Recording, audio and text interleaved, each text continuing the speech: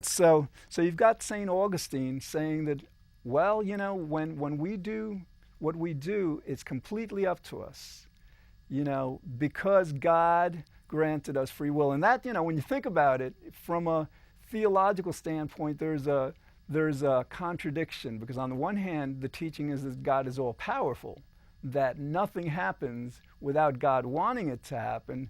On the other hand, you have the statement, well, sure, God is all powerful, and whatever He says goes, but He granted human beings a free will, and there's an inconsistent logic there. It's incoherent. Um, Kind of like, and the whole concept of like of an all-powerful God is somewhat incoherent. When you think of there's a question that goes like, well, if God is all-powerful, can He create a boulder, a rock, so large that even He can't lift it?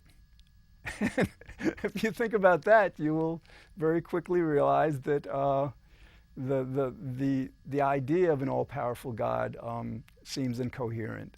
For example, you might ask yourself, well, can God um, cease existing? Can He just like stop being God? I'm not sure. I don't think so. But anyway, so what happens is that because St. Augustine um, came up with his solution to evil, which is curious, all right? Because, like, and we're taught, Judaism, Christianity, other religions, I suppose, that when things go well, we should thank God.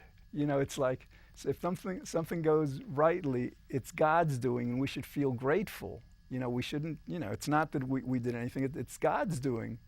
But when things go wrong, it's our fault.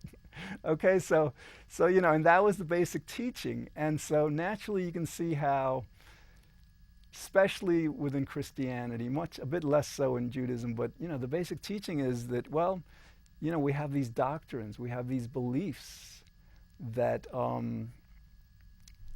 that if you believe a certain thing, then your prospect, your likelihood of spending eternity in heaven is much greater than if you believe something else. Like, for example, if you don't believe that there is a God, then that puts you at risk. If you don't believe in free will, according to some, that would put you at risk. So that probably explains, to a great extent, why people say to themselves, "Of course, I experience free will."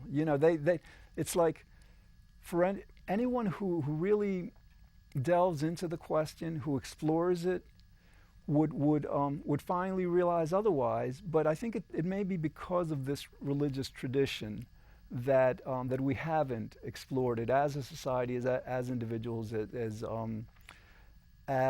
comprehensively as we could.